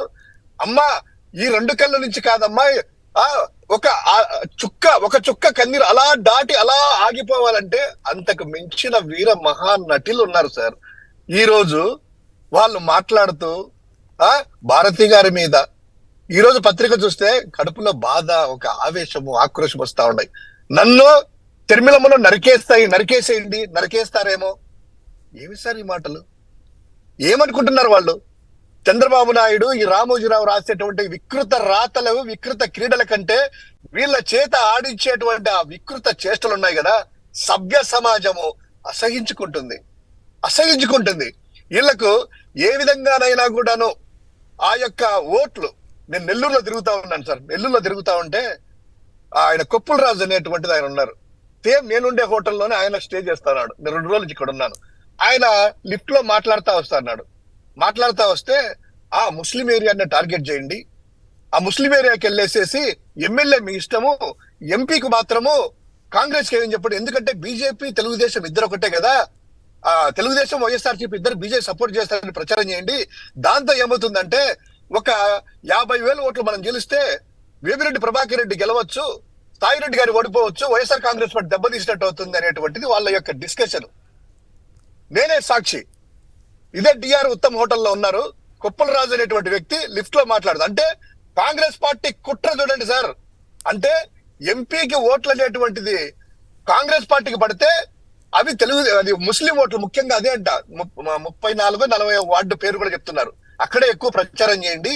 అక్కడ అందుకే కదా జగన్ గారు అన్నారు కదా, పగలు బీజేపీ, రాత్రి కాంగ్రెస్, చంద్రబాబు గారి రాజకీయం అని చెప్పాడు కదా. ఖచ్చితంగా సార్, ఇదే వ్యక్తులు వాళ్ళు గెలవడానికి కాదట, వైఎస్ఆర్ కాంగ్రెస్ పార్టీ ఓడిపోతుందట, వేమిరెడ్డి గారిని గెలిపియాలంట, అంటే తెలుగుదేశం వాళ్ళని గెలిపియాలంట. ఆ ఓట్లు చీలిస్తే, ఎందుకంటే ముస్లిం మైనార్టీ ఓట్లు పడవు కదా తెలుగుదేశం పార్టీకి, కాంగ్రెస్ నమ్మించొచ్చని. ఇదే సిద్ధాంతము తిరుమలమ్మ, అదే అడుగుతున్నాను, అదే వీర మహానటి శర్మిలమ్మని అడుగుతున్నాను. ఏమమ్మా పిఠాపురంలో చేయొచ్చు కదా ప్రచారం, కుప్పంలో చేయొచ్చు కదా, ఏం మంగళగిరిలో చేయొచ్చు కదా, ఈ 3 ప్రాంతాల్లో వెళ్ళరా? ఎందుకు వెళ్ళలేదు? అక్కడికి వెళ్ళి 2-3 ఓట్లు చీల్చొచ్చు కదా అక్కడ కూడాను. అంటే తన యొక్క స్పాన్సర్ వీళ్ళందరూ కూడా పోటీలు పెడుతున్నారు కాబట్టి అక్కడ వాళ్ళు గెలవాలి. సొంత అన్న మాత్రము చెడిపోవాలి, పక్కన వాళ్ళు గెలవాలి, శత్రువులు, మీ నాన్నగారికి శత్రువులు గెలవాలి. ఇటువంటి మీరన్నట్టు వీళ్ళ యొక్క కుట్రలు, కుతంత్రాలు ఈ రోజుతో కాదు సార్, అది 1,00,000 కోట్లు అనేటువంటిది పెట్టి క్యారెక్టర్ అసాసినేట్ చేసి ఈనాడు పత్రికల్లో రాసి ఇంకా ఎక్కువ పేజీలు ప్రచురించినప్పుడే, గుర్తు కూడా తెలియనప్పుడే, 14 రోజుల సమయం ఉన్నప్పుడే 5,45,000 ఓట్ల మెజారిటీ ఇచ్చినటువంటి ఆ జిల్లా, అదే విధంగా 18 ఉప ఎన్నికలు జరిగితే 2 కుటాకుటిన జస్ట్ జారిపోయి 16 గెలిచినటువంటి పార్టీ వైఎస్ఆర్ కాంగ్రెస్ పార్టీ. ప్రజలు పేదోడనేటువంటి వాళ్ళు వాళ్ళ కుట్రలను నమ్మడు. పేదోడనేటువంటి వాళ్ళు గాని, లేదా మహిళలు ముఖ్యంగా, వీళ్ళందరూ కూడాను వైఎస్ఆర్ కాంగ్రెస్ పార్టీ జగన్ గారి పట్ల ముక్త కంఠంతో ఈ బాబు పట్లే మనం ఉండాలి, జగన్ బాబే మనకు అనేటువంటిది ఏకైక ఉన్నారు. దాని గురించే సార్, ఆ పేదలకు ఏంటంటే స్కూళ్ళలో ఇబ్బంది పెడతాము, 14,000 కోట్లు రాకుండా చేస్తే పేదోడి కొంచెం ఇబ్బంది పడతాడు, ఇబ్బంది పడితే వాడికి బయటకు వచ్చి జగన్ గారి పట్ల వ్యతిరేకత వస్తుందేమో, లేదా లబ్ధి అనేటువంటిది ఉన్నారు. ఈ రోజు ఎన్నికల కమిషన్ కూడా సార్ మాట్లాడచ్చు లేదో నాకు తెలియదు, కానీ కోర్టుల కంటే ఎన్నికల కమిషన్ గొప్పదా సార్? కోర్టు ఈ సింగిల్ బెంచ్ తీర్పిస్తే దాన్ని అమలు చేయాల్సినటువంటి బాధ్యత ఉంది కదా సార్. వాళ్ళు వెళ్ళలేదు కోర్టు, ఈసీ వెళ్లకుండా ఎవడో ఒకడు ఏదో బొంగులో పార్టీలో ఏదో నవతరం పార్టీ అంట, వాళ్ళ గతంలో ఏమన్నా డిపాజిట్లు ఒకటిన్నా వచ్చినాయి అంటే కనుక పోటీ పెట్టింది నాకు తెలియదు. ఎన్ని డిపాజిట్లు వచ్చాయో. అతను ఎవరయ్యా లాస్ట్ చూస్తే గుంటూరు జిల్లా చిలకలూరుపేటలో ఉండే వ్యక్తి శ్రావ్ సుబ్రహ్మణ్యం ఎవరు చంద్రబాబు స్పాన్సర్ చేసినటువంటి వ్యక్తి. ఆ వ్యక్తి అది సార్ మీరు గమనించండి, రామోజీరావు కేసులో వాదించినటువంటి లాయరు, అదే విధంగా చంద్రబాబుకు, షర్మిలకు, వీళ్ళకు, సునీతకు వాదించినటువంటి ఇంకొక లాయరు, ముగ్గురు లాయర్లు, ఒక్కొక్క లాయర్కి 22 లక్షల ఫీజు అట. అంటే దగ్గర 70 లక్షల ఫీజు కట్టి అర్హులైన వ్యక్తిని అర్జెంట్ గా అప్పుడప్పుడు ఎంగేజ్ చేసుకునే కెపాసిటీ నవతరం పార్టీకి ఉందా? ప్రజలందరూ గమనించాలి. ఈ రోజు సునీత కేసు సుప్రీంకోర్టులో వెళ్ళినా కూడాను అవినాష్ రెడ్డిని ఇబ్బంది పెట్టాలనేటువంటిది కోట్ల రూపాయలు వీళ్ళు పెట్టినా కూడాను ఎవరయ్యా సాల్వే లాంటి వాళ్ళు వీళ్ళందరూ కూడా అంటే చంద్రబాబే. ఈ రోజు నవతరం పార్టీ అనేటువంటిది చంద్రబాబు జేబులో పార్టీ. ఓకే, మళ్ళీ మాట్లాడి రైట్. మీరు చెప్పండి, మీ ప్రధానంగా సరే అక్కడ స్కీములు ఆపడానికి చంద్రబాబు గారు, రామోజీ వీళ్ళంతా సంకలు గుద్దుకుంటుండొచ్చు.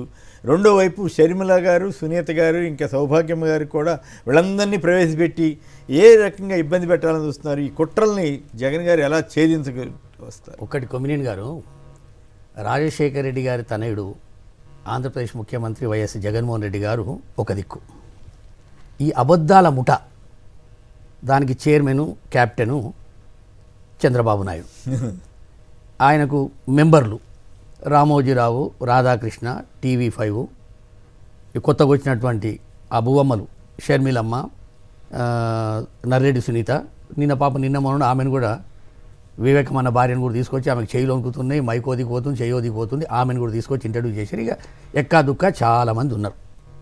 మనం వీళ్ళను ఎక్కువ ఊహించుకోవడం కూడా తప్పు. రాజశేఖర రెడ్డి గారు బతుకున్నప్పుడే, ఆయన PCC ప్రెసిడెంట్ ఉన్నప్పుడు కావచ్చు, CLP లీడర్గా ఉన్నప్పుడు కావచ్చు, ముఖ్యమంత్రి ఉన్నప్పుడు కావచ్చు, రెండోసారి ముఖ్యమంత్రి అయ్యేంత వరకు కూడా ఈ రామోజీరావు కానీ, రాధాకృష్ణ కానీ ఏ రోజు కూడా ఆయన మంచి పనులను చూపెట్టినటువంటి దాఖలాలు లేవు. ఇలా కొత్తగా చూపెడతారని అనుకోవడం కూడా పొరపాటే.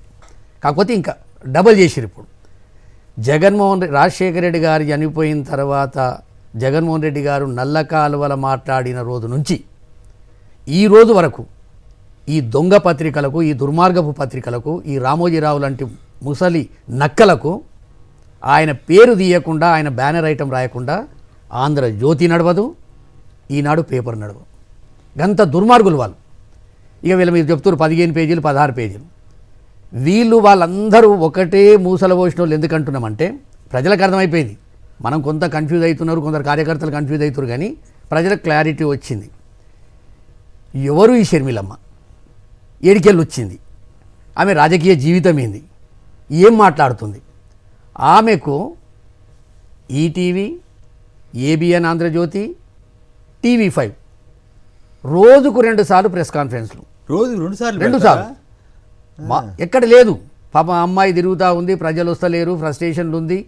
వాడు చెప్పినట్టు ఎన్నుకున్నాడో ముంగటున్నాడో, లేకపోతే చంద్రబాబు దగ్గరికి వెళ్ళి స్క్రిప్ట్ వచ్చిందో, అమ్మాయిగా నువ్వు ప్రజలలో పోయి ఏం మొత్తుకున్నా లాభం లేదు, మా కెమెరాలు తీసుకొచ్చి ఆడ పెడితే మాకు ఇబ్బంది అవుతుంది, మీరు ఏంటన్నా ఒక దగ్గర కూర్చొని ప్రెస్ పెట్టుండి ఆ ప్రెస్ మేము యూట్యూబ్లో లేకపోతే లైవ్లను లేకపోతే యూట్యూబ్లో ముక్కలుగా చేసేసి మీ అన్న మీద ఏదన్నా అబండాలు వేస్తుంటే అవి మేము ప్రచారం చేసుకుంటాం తల్లి అని చెప్పినట్టు ప్రెస్ కాన్ఫరెన్స్లో గంట సేపు.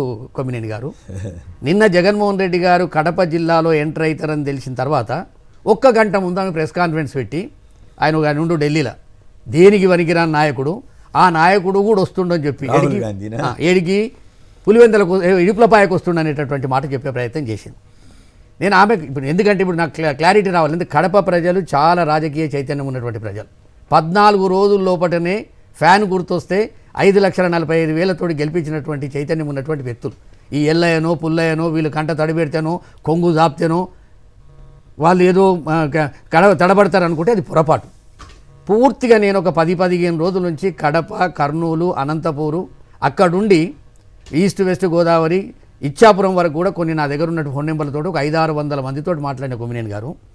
అందరికీ అర్థమైపోయింది వీళ్ళందరూ ఒకటే తాను ముక్కలు, ఎవరేం మాట్లాడుతున్నా ఎవరేం చేస్తున్నా. నిన్న ఈమె మాట్లాడుకుంటూ, ఎవరు షర్మిలమ్మ మాట్లాడుకుంటూ సేమ్ స్క్రిప్ట్, అన్నకు కొన్ని ప్రశ్నలు వేసింది. ఆమె ప్రశ్నలు వేసి జవాబు చెప్పమంటుంది. నేను 26 జనవరి రోజు ఇదే ఛానల్లో కూర్చొని వేసినటువంటి ప్రశ్నలకు ఇప్పటిదాకా జవాబు లేదు. నేను ఇవాళ కూడా చెప్తున్న కొమ్మినేని గారు, ఆమెను పాదయాత్ర చేయమని ఎవ్వరు అడగలేదు. ఇప్పుడు అది మెదకేసుకొని తిరుగుతుంది. నేను త్యాగం చేసిన అంటుంది. నువ్వు కాదు త్యాగం చేసింది, వైఎస్ జగన్మోహన్ రెడ్డి గారిని ఇబ్బందులు పెడుతూ సోనియా గాంధీ, రాహుల్ గాంధీ ఇబ్బంది పెట్టేటప్పుడు అప్పుడు మన ఎంబడి వచ్చిండ్రు చూడు, ఎమ్మెల్యేలు ఎంపీలు రాజీనామా చేసి వాళ్ళు త్యాగం చేసినట్టు. నువ్వు మన ఇంటి మనిషివి, ఎగేసుకొని వచ్చి పాదయాత్ర చేసి ఇలా దానికి త్యాగం అనే ట్యాగ్ లైవ్ పెడుతున్నాడు. అది ఎంతవరకు నిజం చెప్పండి? నరుకుతారా? ఎంతమందిని నరుకుతారు? అందరిని నరుకోండి, ఇక మీరు ఒక్కరే ఉండుండి. ఏం భాష ఇది? నువ్వు పిచ్చుకవు. నువ్వు రాజశేఖర రెడ్డి గారి బిడ్డగా మురుసుపల్లి షర్మిలగా మారిన రోజే నీకు ఆంధ్రప్రదేశ్ ప్రజల విలువ లేదు.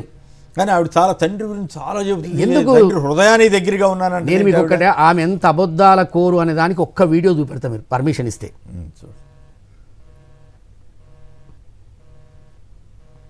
ఎందుకంటే కొమ్మినేని గారు, మనం కొంత వ్యక్తిత్వం ఉన్న మనుషులము, మంచి కుటుంబంలో పుట్టినాము, విజయమ్మ గారి రాజశేఖర రెడ్డి గారి కడుపులో పుట్టినాము, మనకి జర్రనన్న సోయి ఉండాలి. మనం ఏం మాట్లాడుతున్నాము, ఎక్కడేం మాట్లాడినాం, మనం అబద్ధాల కోరు అనడానికి ఎన్ని రకాల అబద్ధాలు ఆడినాం.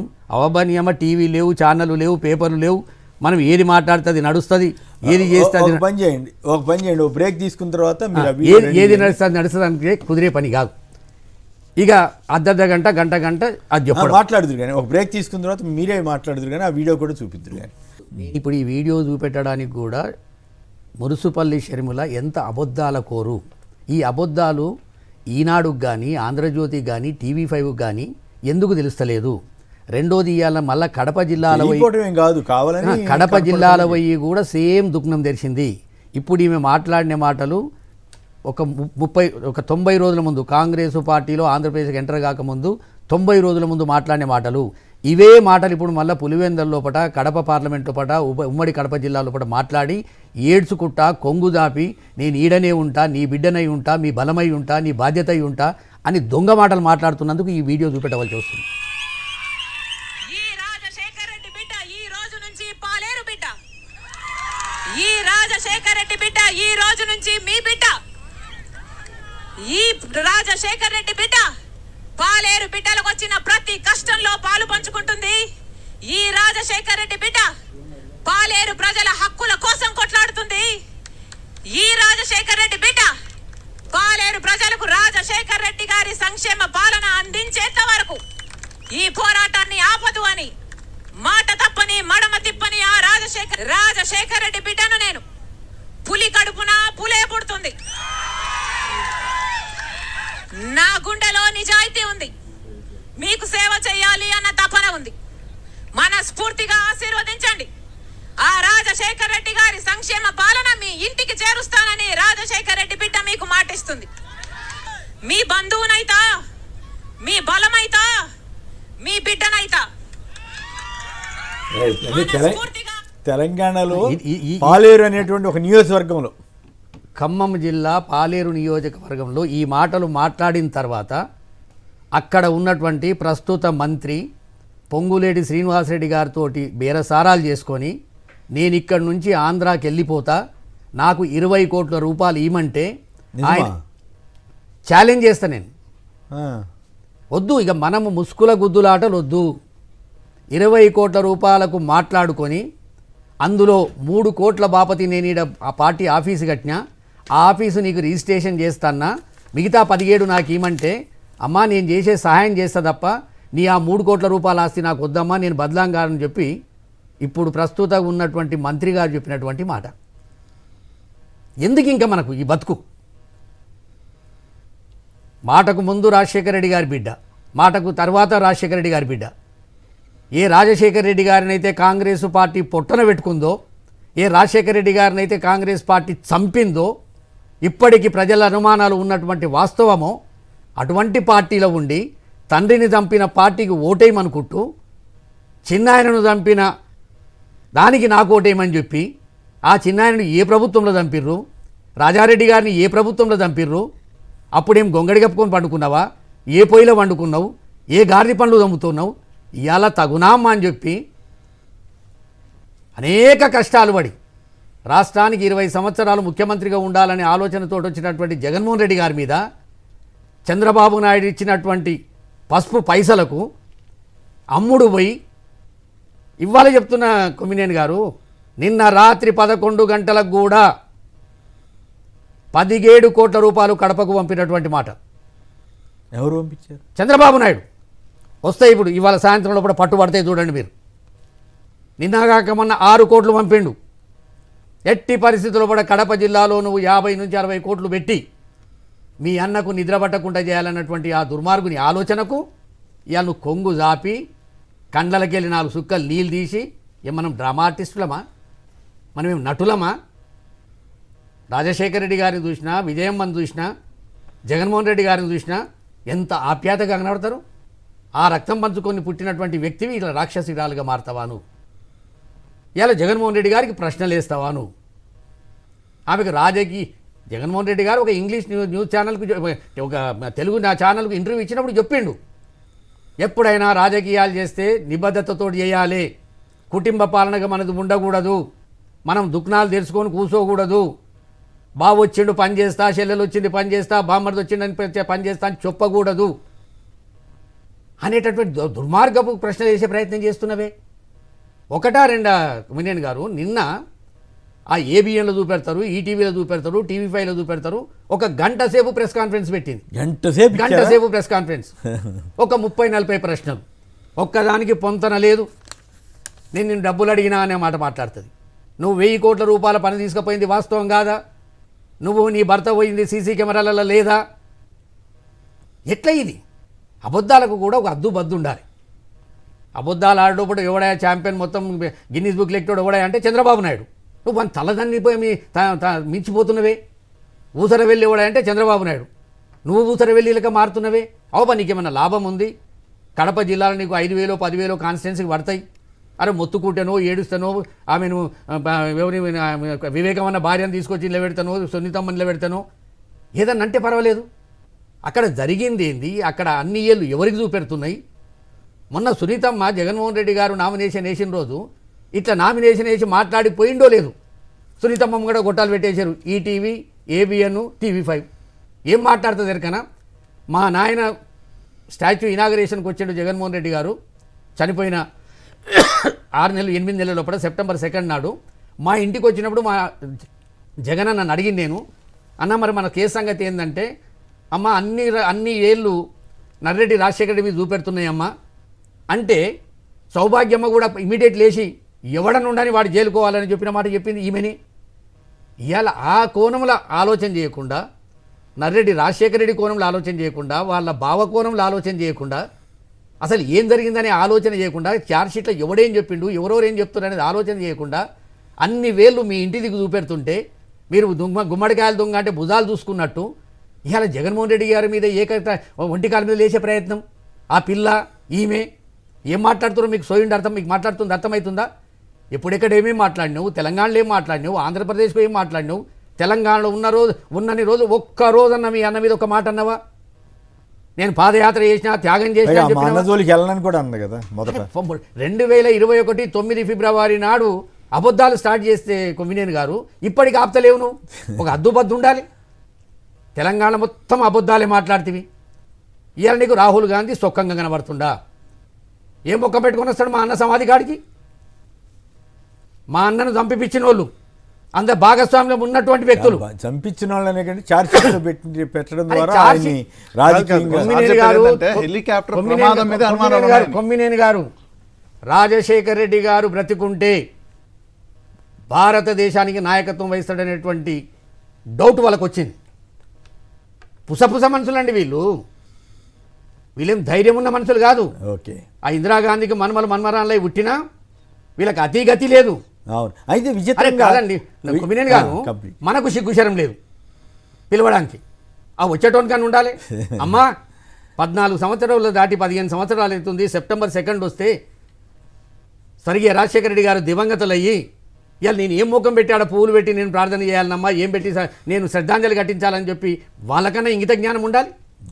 అయితే విశేషం ఏంటంటే ఏపీలో కాంగ్రెస్ బీజేపీ కలిసిపోయి జగన్ గారికి వ్యతిరేకంగా ఎట్లా చేస్తున్నాయి చంద్రబాబు గారి నాయకత్వంలో. చంద్రబాబు నాయుడు గారు అందరూ కలిసిపోతారు.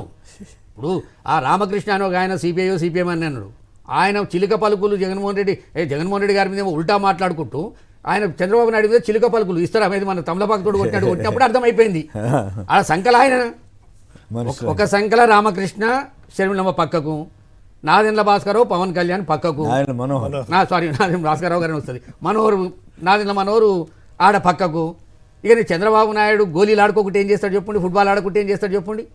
రైట్, అయినా వీటన్నిటిని ఎదుర్కోగలిగిన ధైర్యం పక్కా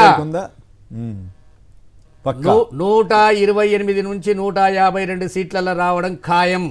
పక్కా మీకున్న సమాచారం. నేను 20 రోజులు కడప, పులివెందల, అనంతపూర్, కర్నూలు తిరిగి వచ్చినటువంటి వ్యక్తిని.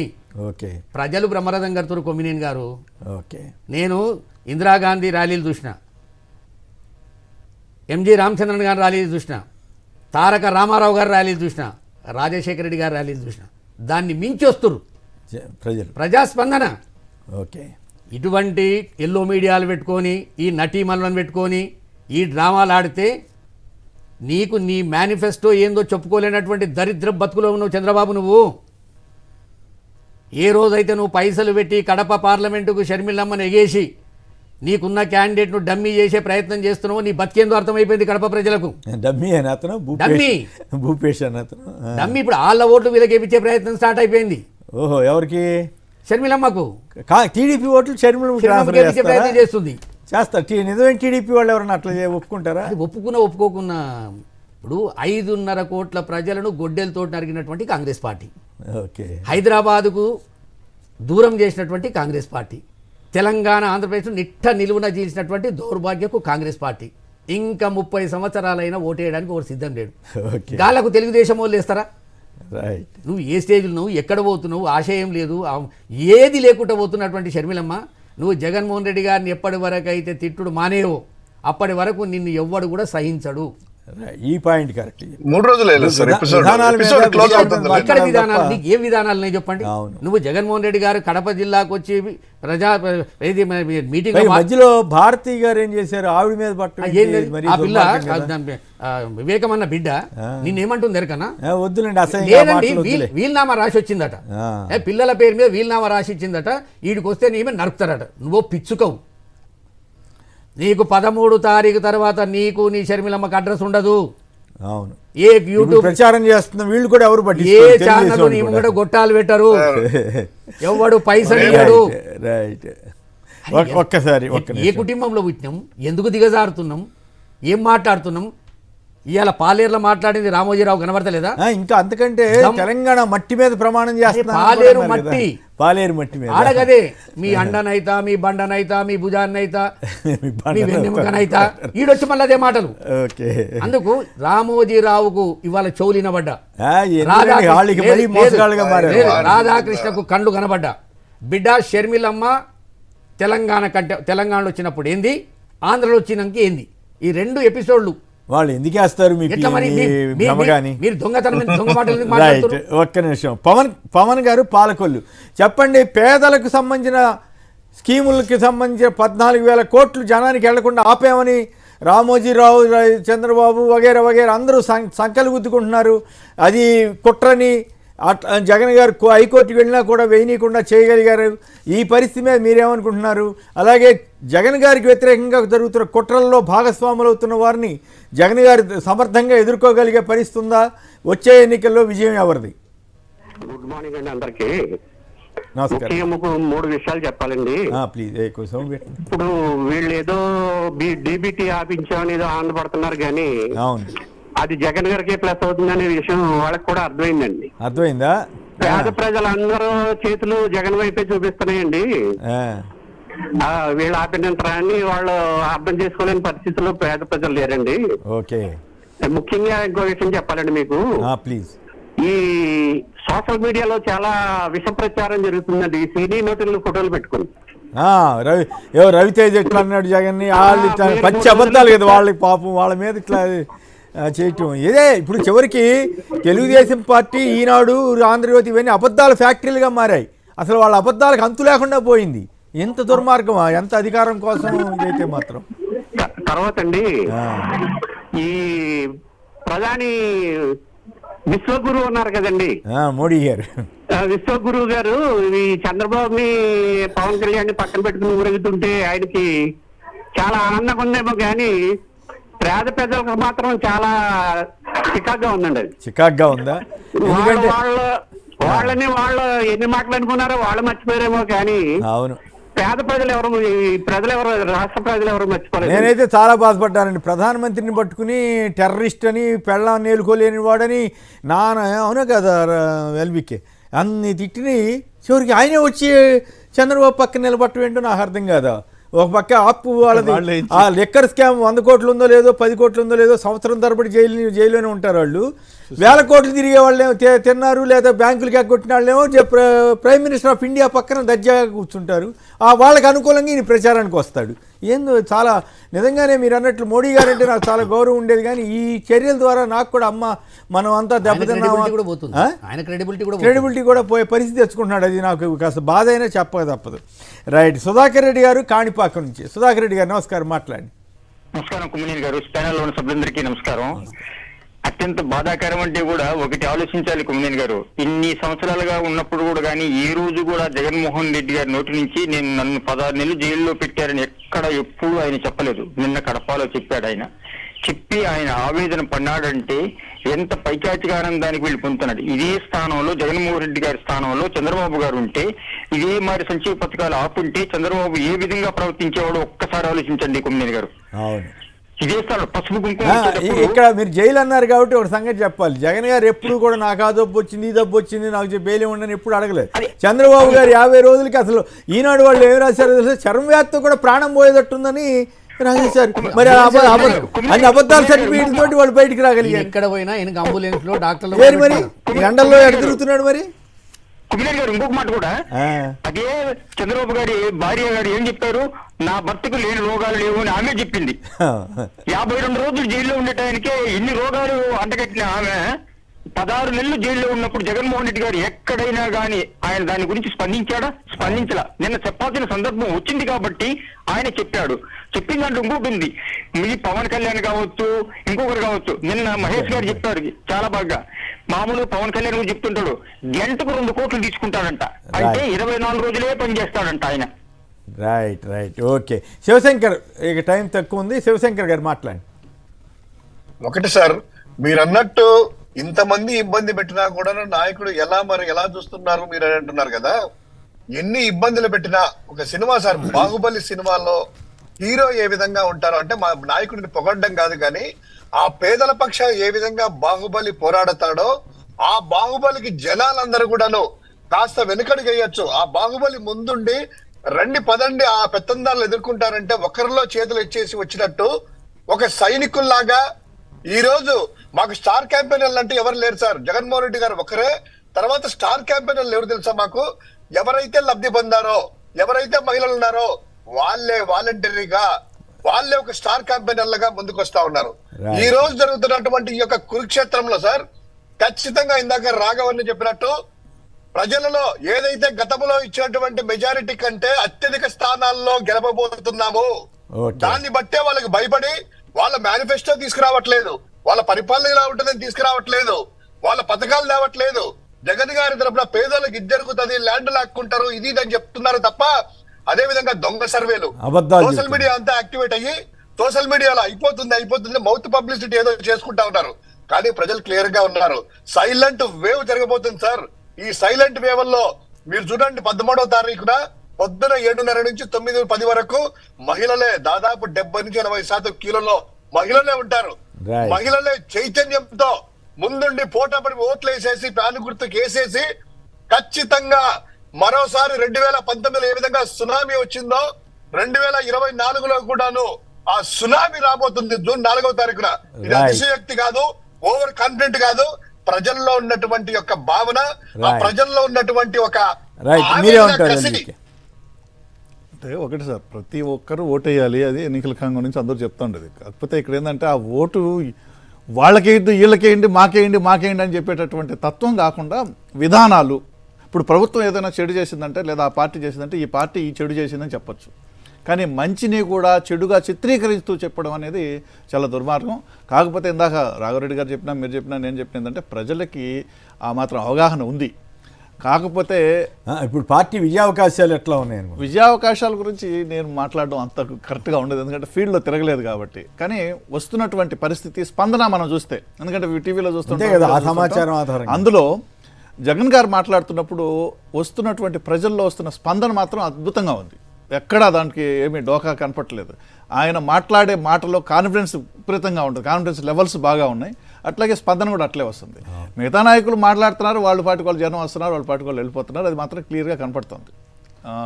ఇక్కడ మనం ఏ ఊర్లో సభ జరిగినా సరే, వీళ్ళు ఇంకేదో అమెరికా నుంచి వచ్చేసారు, మూటలు వేసుకొని వచ్చినారు, ఆయన ఎవరో మాట్లాడిన వీడియో కూడా వచ్చింది. పైగా ఓటర్లని దారుణమైన బూతులు మాట్లాడాడు. ఆయన పెద్ద చదువుకున్న వ్యక్తి, లేకపోతే వ్యాపారం చేస్తాడు, ఆయన ఎవరు ఇంత దారుణంగా మాట్లాడతారా? వాళ్ళకి ఎంతో కొంత వేయండి, బిస్కెట్లు వేస్తే ఆంధ్ర ప్రజలకి మీరేం విజ్ఞప్తి చేస్తారు? ఒక కాలరు 16 నెలలు చెప్పింది కనుక ఒక చిన్నది చెప్తా. నేను జగన్మోహన్ రెడ్డి గారు జైలు ఉన్నప్పుడు నేను ములాఖత్కు పోయినా. ఆయన చూడంగానే నేను బాగా ఏడుస్తున్నా. ఆ రోజే ప్రెసిడెంట్ ఆఫ్ ఇండియాకు ఓటేనికి పోతుంది బయటికి. నా కళ్ళు తుడిచి, రాఘవన్న మనం తప్పు చేయలేదు, నేను ధైర్యంగా ఉన్నా, నువ్వు అధైర్యపడొద్దని చెప్పినటువంటి వ్యక్తి నిన్న కడప ప్రజలు కూడా కంటతడి పెట్టిరు. కొమ్మినేని గారు 16 నెలలు నన్ను జైల్లో పెట్టినటువంటి దుర్మార్గులు ఇప్పుడు ఇవాళ మా నాయన సమాధి కాడికి వస్తుర్రు. నా 16 నెలలు ఎవడు తెచ్చిస్తాడనే మాట మాట్లాడినప్పుడు లిటరల్గా అక్కడున్న అక్కా చెల్లెళ్ళు, అవ్వాతాతలు ఇంత కడుపులో ఇంత బాధ పెట్టుకొని కూడా నవ్వు ముఖంతో ప్రజలకు ఎంత దగ్గర ఉంటాడనేటటువంటిది ఆయన నిన్న కనబడ్డాడు నాకు. ఒకటి కొమ్మినేని గారు, నేను చెప్తున్నా కదా, 1000% 2 పార్టీలకు కూడా ప్రతిపక్ష హోదా కూడా రాదు. జనసేన టీడీపీ ఇద్దరికి కూడా రాదు. ఇద్దరికి 17 దాటితే తప్ప ప్రతిపక్ష హోదా లేదు. ఇద్దరు కలిపితే కూడా ప్రతిపక్ష హోదా రాదు. ప్రజలు కసితోటి ఉన్నారు. నిన్నగాక మొన్న 150 దాకా వస్తాయి. కొమ్మినేని గారు అవ్వాతాతలను ఏమి ఇబ్బంది? మీరు సంబరపడుతుర్రు. రేపు జనాలు ఎట్లా కసితోటురు అంటే ఆ 14,500 కోట్లు కూడా నా బిడ్డ దగ్గరనే ఉన్నాయి, మా అన్న దగ్గరనే ఉన్నాయి, అవి ఎక్కడ పోలే. ముఖ్యమంత్రి ప్రమాణ స్వీకారం చేసిన తెల్లారి అవన్నీ కూడా మా అకౌంట్లోకి వస్తారని నమ్మకంతో ఇలా ప్రజలు ఉన్నాక మీరు ఏ భ్రమలలో ఉండి మీరు ఏ ఒక్క మాట చెప్పనా? ఒక్కటి నాకు ఆలోచన అవుతుంది సార్, ఈ ఎలక్షన్ కమిషన్ వచ్చేసి ఇవన్నీ పథకాలు ఆపుతుంది కదా ఆన్గోయింగ్ అని, ఈ ఎంప్లాయీస్ సాలరీస్ కూడా ఆపుతుందేమో, ఎందుకంటే అవి కూడా డీబీటీ ద్వారా అంటే డైరెక్ట్. ఎందుకు నాకు ఒక ఇంపార్టెంట్ విషయం గుర్తుకొచ్చింది. ఇప్పుడు ఎలక్షన్ ముందు ఏమి అధికారిక కార్యక్రమాలు నిర్వహించకూడదు కదా. నిన్న చిరంజీవి గారికి పద్మవిభూషణ్ బిరుదు ఎందుకు బహుకరించారండి? మరి దానికి ఎలక్షన్ కోడ్ వర్తించదా? ఇంకెవరెవరికో ప్రదానం చేశారు కదా, మరి దానికి ఎలక్షన్ కోడ్ ఉండదా?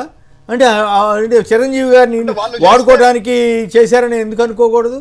ఇక్కడ పేదలకి నా పాయింట్ ఏంటంటే, పేదలకి 10 రూపాయలు ఇస్తుంటే అడ్డం పడినటువంటి ఎన్నికల కమిషన్ ఓ పెద్ద ఆయనకి ధనికుడికి పెద్ద జనంలో పాపులారిటీ ఉన్న ఒక వ్యక్తికి ఒక అవార్డు ఇచ్చి ఆయన ద్వారా జనాన్ని అట్రాక్ట్ చేసుకోవాలని ఒక దుశ్చింత ఉండదా? మరి దాన్ని ఎట్లా చూస్తారా? అవునా కదా? ఖచ్చితంగా మీరు అన్నట్టు 1000% మీరు అనేటువంటిది కరెక్టే సార్. ఇంకోటి, ఉద్యోగుల జీతాలు కూడా ఆపించాలి అనేటువంటి ప్రయత్నం జరిగినట్టు వార్తలు. ఎందుకంటే అవి వెళ్ళినా కూడా ఎంప్లాయీస్ అనేటువంటి వాళ్ళు ఇబ్బంది పడితే కనుక జగన్ ఇంకా వ్యతిరేకత వస్తుంది అనేటువంటి అవుట్సోర్సింగ్ వాళ్ళకి ఖచ్చితంగా ఇది ఆలోచించాల్సిన విషయమే. చిరంజీవి గారికి అవార్డు ఇవ్వడానికేమో ఎన్నికల సంఘం ఎన్నికల నియమావళి అడ్డం రాలేదు, పేదవాడికి 10 రూపాయలు ఇవ్వడానికి మాత్రం ఎన్నికల సంఘానికి అడ్డం వచ్చింది, చంద్రబాబు గారికి అడ్డం వచ్చింది, రామోజీరావు గారికి అడ్డం వచ్చింది, రాధాకృష్ణ గారికి అడ్డం వచ్చింది. వాళ్ళందరూ పేదలకు వ్యతిరేకులుగా వీరంతా మారారు అనటానికి ఇవన్నీ ఉదాహరణలుగా మారుతున్నాయి. అందుకే జగన్ గారు వీళ్ళందరినీ ఎదుర్కొని ఇప్పుడు 10 మందో 12 మందినో ఎదుర్కొని ఆయన ధీరుడుగా నిలవబోతున్నాడన్నది చర్చల సారాంశం. ఇక ఎల్వికే రెడ్డి గారు, కొండా రాఘవరెడ్డి గారు, శివశంకర్ గారు అందరికి కూడా ధన్యవాదాలు. ఇది నేటి వార్తా విశ్లేషణ కార్యక్రమం. నమస్కారం.